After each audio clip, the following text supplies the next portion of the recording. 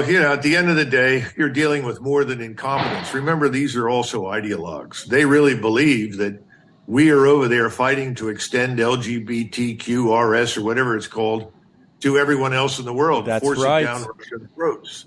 We're forcing everything down everyone's throats everywhere, which is why right now the BRICS plus 80 other countries are developing an alternative to our financial system. We're going to see a meeting in St. Petersburg later in June. And the Russians and the Chinese and the Indians and the others are putting together gold-backed currency.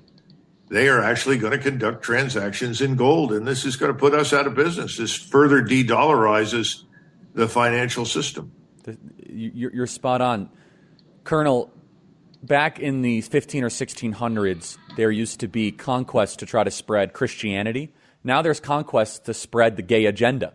And because they really believe, if you ask some of these people, they think it's their moral crusade to put forth, quote, their idea of Western values are not your and I ideas of Western values. It's LGBT, wokeism, gay pride flags, BLM.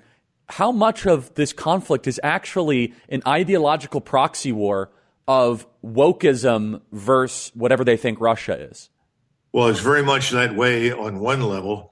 And then on the second level, of course, you have BlackRock and all the other major financial institutions in the West who are trying to get control of the resources in Ukraine and would like to see Russia destroyed so that they can steal the colonizing project. Okay, so an actual raw material colonization project. Yeah. And so American corporations think, well, they look at it no different than the Dutch in Africa. They just are going to try to set up some sort of corporate model if we're able to control Ukraine as the 51st state effectively? Oh, absolutely. And remember, the annoying part for them is that all of the critical resources are now under Russian occupation.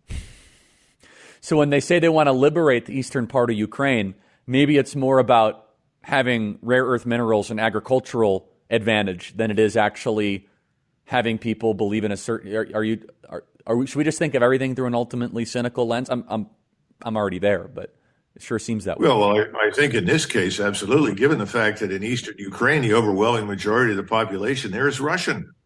It's not just a question of speaking Russian. They're ethnically Russian. Now, they were citizens involuntarily of Ukraine, and they were oppressed as an unwanted minority. Their culture, their religion, everything was being oppressed. That's another reason why the Russians went in there, to relieve the suffering for the Russians in eastern Ukraine. So the bottom line is,